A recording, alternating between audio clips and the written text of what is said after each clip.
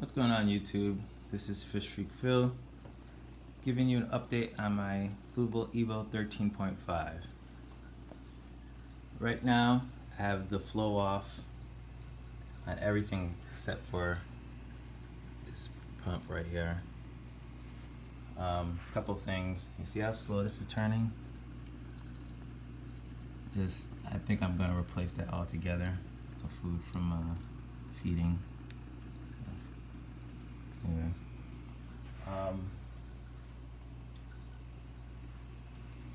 Just wanted to give you guys a look overhead and see what's going on. Daisy polyps are out. If you look amongst the daisy polyps though, you can see the algae growing in there. See that? All along in there.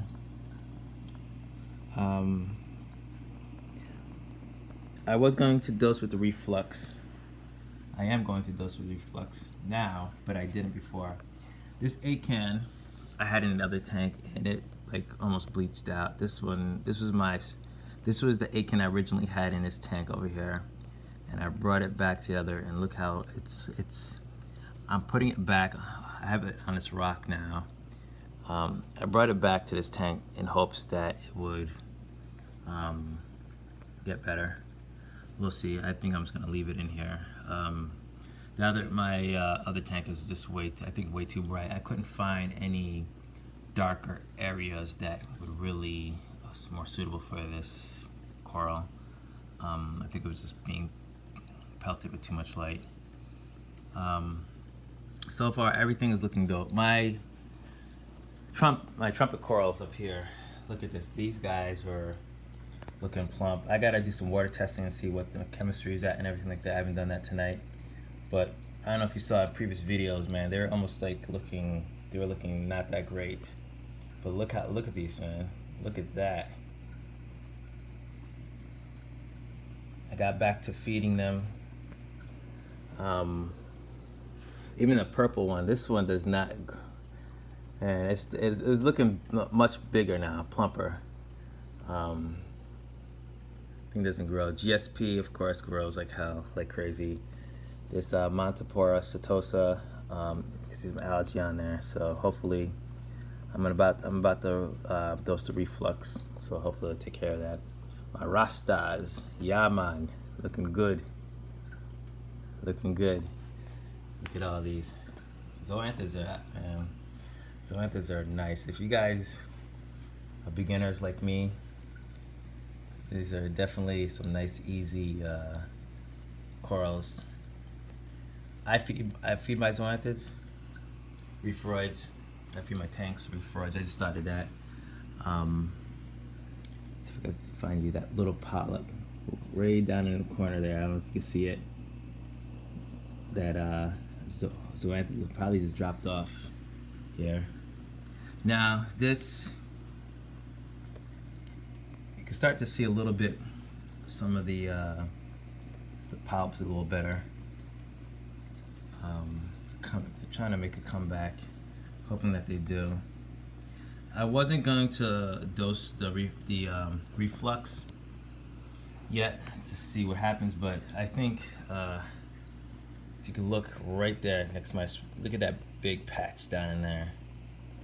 I tried ripping at some, but by doing that, I'm just spreading it out a little bit more. I didn't want to just yank some out. I kind of using that as a test area, just to see how much I can look at it in between the rocks there. Originally, I thought it was Bryopsis, but after doing some more research, it looks like it's just hair algae. But look at that. You can see it all along here. I also found two. Now I've always found every once in a while I find a little bubble coral, bubble algae in here. I've been lucky and able to manually take it out. At one point I was thinking about getting an emerald crab, and I thought that was stupid. That's a stupid idea because if I'm gonna, I might as well just start popping them as soon as I see them, because the emerald crab is just going to, it's gonna see the coral, the algae, it's gonna come and obviously pop it to eat it, and the spore is gonna spread all over the tank, obviously giving itself more food, but giving me more nuisance algae.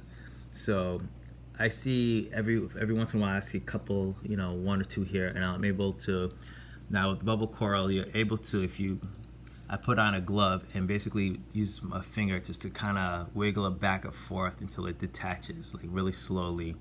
It's a pretty solid, the bodies themselves are pretty solid. Just don't use too much force. I mean, you do it once or twice, you'll kind of get the feel for it. I do that while siphoning, just in case you should pop one, you can automatically sit up and it automatically will suck up all the spores. You don't want that floating around your tank and basically landing someplace else and causing infestations anywhere else. So I found a couple tiny ones right there and a bigger one down in there. I removed them. This one I basically, if you can see that white area on the rock there, I scraped it off, and I was just, they were so tiny, I was like, man, let me just scrape them off while I'm siphoning. So I made sure I did a good job, scraped everything off so you don't leave any residue of the algae there, because it'll basically grow back in place if you leave any bit of it. So I've been pretty good at managing it that way.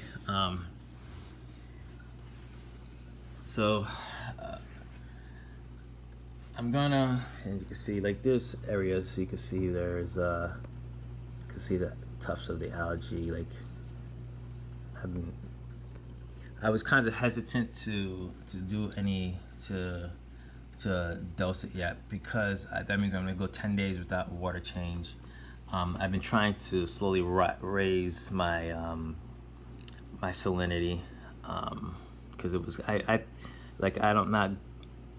I try not to chase numbers, but for what I was looking for, I think it was low, and I've had it drop low for extended periods of time, and my corals look fine. But that coral right there, that's one of my favorites, and it was on a brink of death. But it's, you know, sometimes if you just let nature go, look at that. That's the best shot of it I can get for you guys. See it? See all the polyps? At one point they were like almost damn near gone, but right in that middle section there, that algae's taking hold. So I'm hoping that when I dose this, it'll kind of give it a fighting chance in killing that off. But I'm gonna do some testing tonight. See what my parameters are, my magnesiums, calcium. What else am I looking for? Help me out here. Alkalinity. Had to cheat. Look at my test kits over there. And to get that and see what see what they're at. See what my ammonia, nitrates, and all that. I'm basically I've been better at keeping track of that. Typically I wouldn't, but I think it's safe to say that at least once a week is good. Is what I'm going to be doing. Maybe twice a week, to be honest with you, just until I get things back to where I'm comfortable with where things are growing. Although these clove polyps, man, I love them, and they're looking pretty dope right now, but I just want them to grow a bit more. They're currently right now, they're kind of stretching for the sky. Look at them. But man, if I can just get these bad boys to spread just a little bit for our brother, that would be dope. Come on, y'all, do something. This frog spawn is still looking beautiful, man. Like I'm so happy. This coral, if you go back and watch some of my earlier videos, it was damn near bleached out. I'm not sure what was going on with the tank. Obviously I wasn't testing, so I didn't know some of the levels in terms of what I had going on in the tank. Get yourself some good test kits. That's the one thing I wish I could have done better, is started off with some good test kit and knowing what my alkalinity, magnesium, I'm not sure why why it needs to come in a separate test, because we all kind of need to know what it's at. But for whatever reason, like magnesium doesn't come along with any tests. These test kits, man, they need to redo them, particularly for salt water. Got us paying all types of money for just a single test kit, man. That's just crazy to me sometimes. I know they're already taking our money for everything else. Damn, like, anyway, that's a whole nother video we can do, a topic. Anyway, yeah, I mean, the tank is looking pretty dope. I'm not happy about a couple things in terms of like just those corals, man. I really love that coral, man. If you guys go back in some other videos and look at that coral is looking dope. Now I just, let nature take its course and seeing if it recovers. It's not completely dead. Same thing with this Monoporous setosa. This thing was like bleached out. I damn near threw it out. I saw a couple of orange dots on there, and I was like, yeah, let me just leave it and see what happens. And they recovered. It's recovering. It's not completely recovered, but still a little light in some areas. But overall, for what it was damn near bone white, I think. Like, I didn't see any little dots or nothing except for a few spots here and there, and look, it's back. But it's got some, because I haven't mounted it anywhere. I think I need to mount it up high. I think I might put it somewhere up here. I think somewhere right here, coming out this way, to just get it off the ground. But I'm gonna let it recover before I mount it. I mean, that's the last thing I want to do is move it before it's fully recovered and and have it not do well with the light. But I don't know, we'll see. I'll try things out. Let's get my brain for goby. These guys are badass. I love these guys. I mean, I got this fish strictly because it eats the algae off the gravel. But right now, it's just the algae. Look at that. It's just too much for him to handle. I think had I gotten a twin spot blenny, it would have been there. But I think they're more aggressive in terms of what they do, because they will, like, he will go up on the rocks and eat algae. He'll be all over the place eating algae, but typically a lot of times he's at the bottom. But like, he'll go everywhere looking for algae. If I would have gotten a twin spot goby, they're really small fish. They stay small. It would have done a more aggressive job, because they basically stay in a substrate mostly, taking care of the gravel. I know, we'll see. I want to get one for my other tank once I get things a little bit more settled in there. And I'll be doing another video on that for later on. So go ahead and click subscribe, click that notify button, and you can see all my updates. But yeah, just wanted to give you guys an update. I wanted you guys to see the tank before I dose with the Reef Flux, so you can see the progression. It says 10 to 14 days. I just did a water change, and I just tried ripping out some of that stuff in the back there. I might take another shot at it before I dose it, but I'm gonna do my testings, mark down what I'm at for everything, and then I'll go ahead and dose it and see what happens for the next few days. I'll keep you guys. I'll do several updates.